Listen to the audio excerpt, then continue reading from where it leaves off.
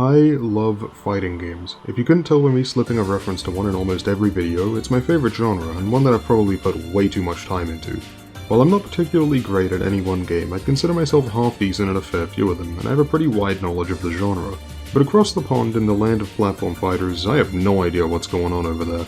Don't get me wrong, I like platform fighters, and I've played a decent variety of them, but I've always been a pretty casual fan. I think the most serious I've ever gotten was playing Smash Flash 2 in the school computer lab, so yeah, I have a pretty surface level understanding of them. While I can look at a fighting game and say I'm doing a TK special to set up an F-Shiki that I can confirm into 2H Okazeme for a save jump that leads to sandwich pressure, I'll look at a platform fighter and think, ah, that's Mario. But with the release of Rivals of Aether II, I decided to change that. I was going to review the game, make an effort to actually learn it, and hopefully get a better understanding of the genre while I'm at it. I don't really know where to start, so let's go with presentation. Rivals 2 looks good. This is an indie game and somehow it looks better than a lot of AAA competitors in the genre. The models are nice, the animations are smooth, attacks have enough hit stop to feel impactful without slowing the game down, and the sound design makes the attacks feel weighty. Sound design is actually really good, definitely a highlight of the game, it's basically perfect.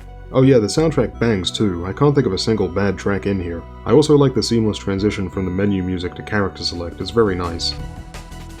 In a match when both players are on their last stock, the stages will change to be more dramatic, which I think is just a really fun detail to up the intensity, and big hits that take stocks will have a zoom in and screen effect.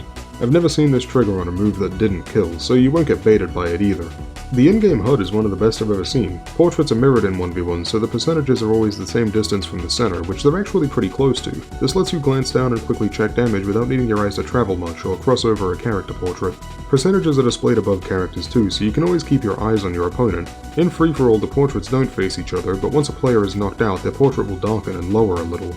The borders also change based on what element your character is associated with, which is a nice bit of visual flair.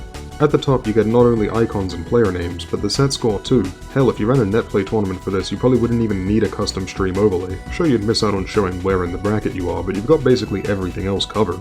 There's also indicators for off-screen elements like Rano's bubble, Orcane's puddle, or Crag's rock. It's a nice way to keep track of where things are without needing to keep the camera pulled back. Any character-specific resource like Fleet's arrows fit in nicely too, and of course, every single HUD element will become transparent if a character gets too close to it, so they'll never block any relevant information. Sorry about spending so much time on the HUD, but yeah, this game just looks really good. One of the most important things in any fighting game is its roster of characters. Rivals of Aether II only has 10 characters on release, but they feel varied enough that most players will probably find something that fits their style. Some characters are familiar, but have unique mechanics to differentiate themselves from their inspirations. Zetterburn is obviously influenced by a couple of space animals, but has a difference to set himself apart. Certain moves will set the opponent on fire, doing damage over time, but more importantly greatly increasing the knockback of some attacks when he hits burning opponents.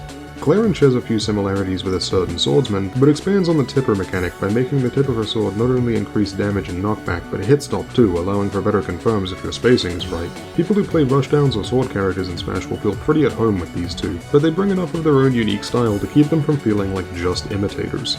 But I don't come from Smash, so what other options do I have? Maple is all in on rushdown, using her fast speed to find an opening and then sticking to you until you die. Crag is a heavyweight with surprisingly good keep-away options too. Orcane can set the pace of a match and control the stage using his puddle set play. Rano can switch between zoning and rushdown and position his bubble to be a deadly trap for the opponent or a saving grace for himself. Loxodon is a behemoth who lacks in speed and recovery, but it hits like a freight train, even more so when empowered by his magma.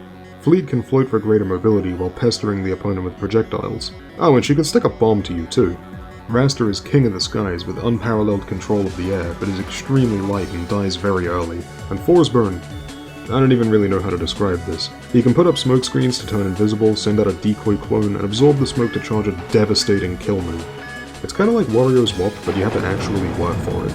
Rivals 2 definitely takes the quality over quantity approach with its roster. It has less characters but pushes them further and allows them to occupy more interesting design spaces. Every single character has something that can be set up or charged, which adds an extra step to their game plan. While someone like Loxodon has a pretty simple game plan, being to hit you until you die, some of his moves will place magma on the ground that he can stand in to gain magma charges, up to a maximum of 3. These can be spent on empowering his strong attacks, or he can spend all stacks on empowering his down special, which can help with recovery. When standing above magma, his down throw also changes from a hard knockdown to a launcher. Despite being a pretty simple mechanic, magma adds an extra layer to the match, giving the opponent more incentive to engage as you don't want to let him get charges for free. But it also makes both players consider their positioning, since you can actually deny magma charges by standing in it.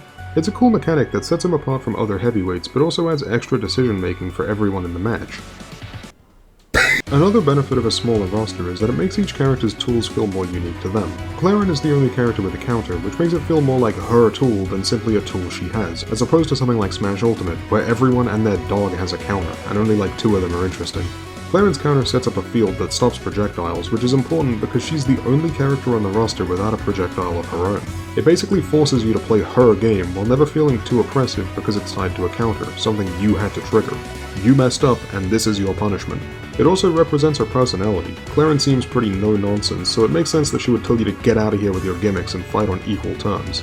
It's important that your characters represent their personality through gameplay and moveset. I need to preface this with saying I know nothing about the lore of these characters or this world or anything, so these observations are coming from a total outsider, which I think is an important demographic to consider. When designing any kind of fighting game, you have to know that a vast majority of your players will not interact with the story, so making sure to inject the broad strokes of your characters' personalities into their gameplay and animations is an important step of making your characters feel more appealing and memorable. I think Rivals 2 does a decent job at this. There's minimal voice acting, so they have to lean more on animations for it, and I think for some it comes across great. Fleet is clearly clumsy and lighthearted, Loxodont is a tyrant with an iron fist, Forsbone is cunning and deceptive, and Raster is a bit cocky and arrogant. But others give me a lot less to work with, like Crag is a beetle. Maple seems pretty pissed off about something, but I don't know what. And Orcane is just a dog, but that might actually be all there is to him, so I guess that gets the point across. Everything I just said is an assumption I made purely off what you see in gameplay, so I could be totally wrong. I'm not looking anything up to see if I got it right. Personally, I went with Fleet. As someone who enjoys zoning and set play, I felt that she was the closest thing to the kind of character I would pick in a traditional fighting game, and my choice in main usually trends towards the sillier side. If I had $1 for every time I've seen a bow-wielding fox girl with pink magic that's voiced by Faye Mata, I would have $2. Let's look at the single-player offerings. Well, since I'm learning, I better start with the There's no tutorial. This button just links you to some infographics in the community wiki. Now, they have announced a tutorial is coming in the future, but at the moment, it could be a bit tricky to pick this game up if you're new to the genre. I'm no stranger to digging through wikis to understand mechanics that are poorly explained in games, so I'm not super bothered by this, but I really do hope a tutorial comes soon. Training mode is good, I'm not going to go into detail on everything you can do, but the big thing for me to praise is save states. Being able to set up situations and test multiple options is extremely helpful, and it's in shockingly few games. I do wish you could view your frame data though. I have no idea how feasible it is in a game like this, but come on, I want to know how minus my buttons are on shield. Also, this is available in other modes too, but there's free cam and a green screen button. I'm really happy to have these options. I've modded this stuff into so many games to do edits like this, so having that built into the game already is really nice. Arcade mode is here, and yeah, it's an arcade mode. Most of it is just standard CPU matches, but I do like the break the target stage, and then you fight a boss, which is just a CPU that starts with 40 health you have to chew through first, and then get a nice artwork. I do like unlocking art, but I feel like arcade mode should have at least a little bit of dialogue or interaction between the characters. I know they have plans for a campaign and story mode at some point, but that's not what I'm getting at. Arcade mode can be used for little random low-stakes stories that let the players know your characters without needing to get fully invested in an entire grandiose story. These little narratives don't even need to be canon, just anything to get me a general idea on what these characters are about. I guess it would be kinda hard to do that when some of your characters don't talk though. Arcade mode has no randomization or alternate routes or anything, so you beat it once and then there's really no reason to revisit it. I really wish you could unlock the final boss outfit as a skin though, maybe as a reward for beating Arcade on hard or something. Speaking of skins, I should bring up the monetization model. This game costs around $40 Australian, I think it's like $30 US, which is a pretty good deal, but it does have optional microtransactions for cosmetics. So the game has two currencies, coins which you get from leveling up and playing the game, and bucks which you get at specific levels, meaning there is a finite amount of them. Coins can be spent in a rotating item store, while bucks are spent in a store that has literally everything in there.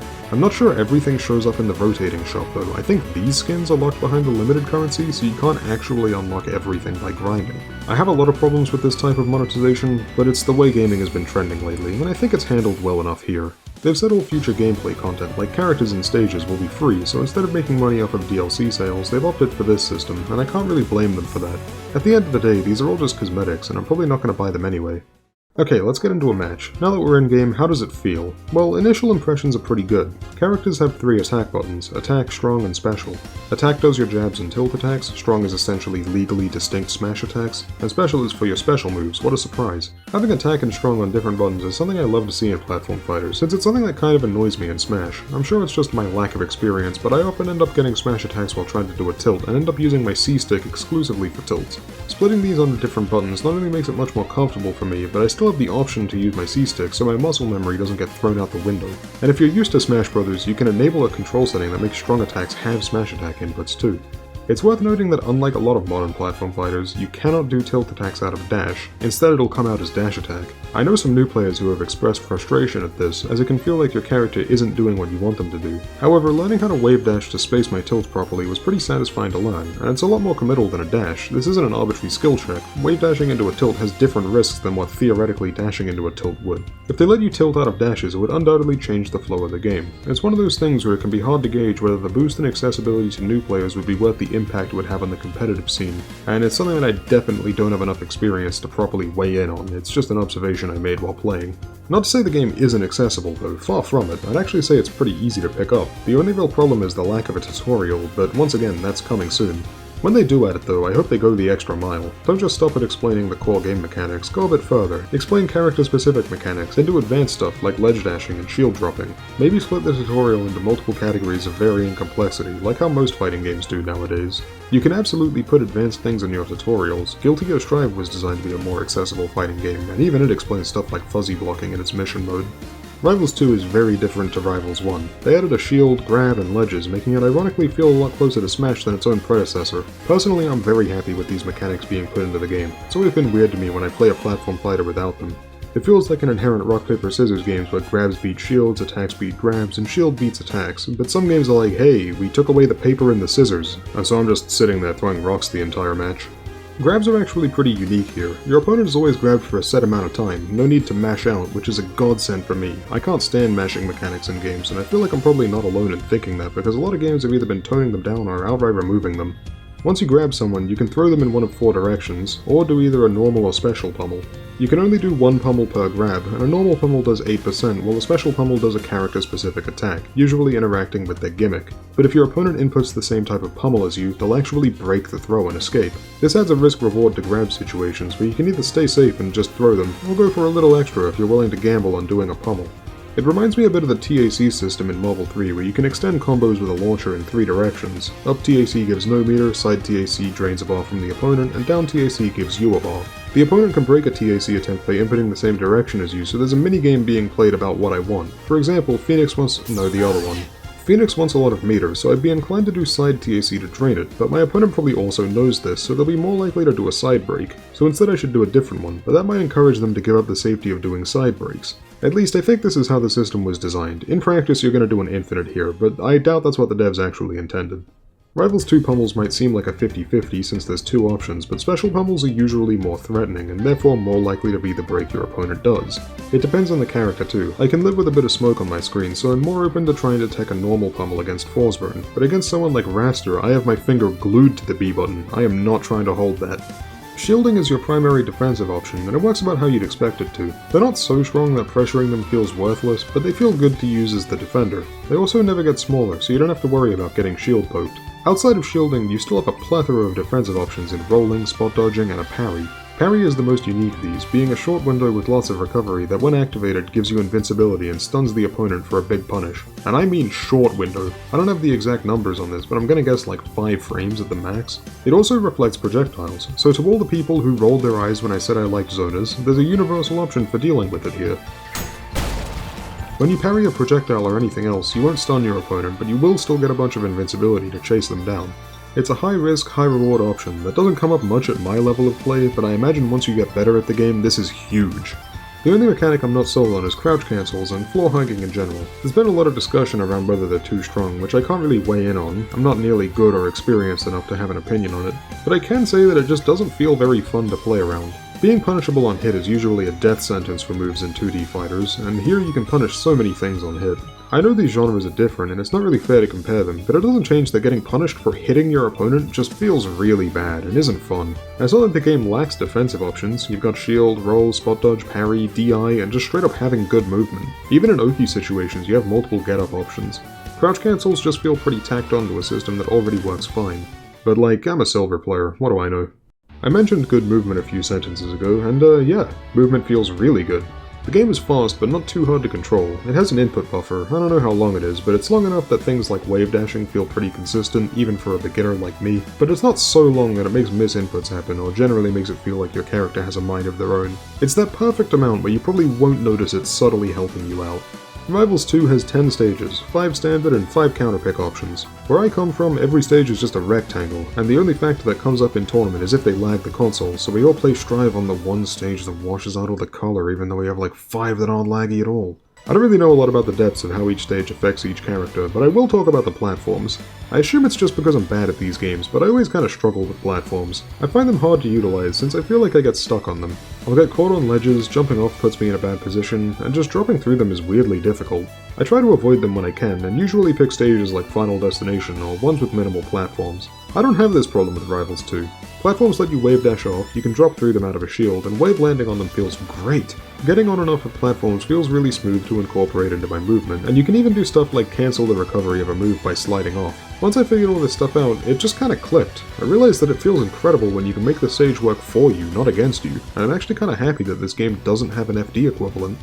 It's also worth noting that Ranked Mode has an inbuilt stage striking system, and it's a best of 3, so you actually get to use counterpicks. But it's weird to me that you can change characters on a whim. Is that normal for platform fighters? I guess it's because the loser gets to pick the stage, but it seriously threw me off. I'll talk a bit more on the ranked actually. The matchmaking's pretty good, but occasionally I'll run into the same person back to back, or someone very far away from my rank, but I'll chalk that up to Australia being a relatively small region. Another thing is that because you can counterpick characters and stages, you go back to character select, which is fine, but the timer here is 60 seconds. If your opponent wants to be a dick and stall as long as possible, you're just kinda sitting there, like checking your phone or whatever, for a whole minute, plus however long stage striking takes. I haven't had to deal with this much, actually just once, presumably because people who dropped $40 on a game probably want to, play it, but it's still something that's possible, and realistically, you probably don't need more than 30 seconds here anyway.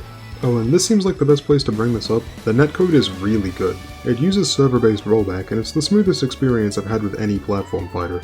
It actually has not one, but 2 Australia servers, Sydney and Melbourne. This probably doesn't sound too crazy, but we're usually lucky to get any servers over here, especially from an indie game. I've heard the Melbourne one is a bit shaky, but I'm closer to Sydney anyway, so I haven't had to use it yet. You can also turn on a manual region override in custom lobbies.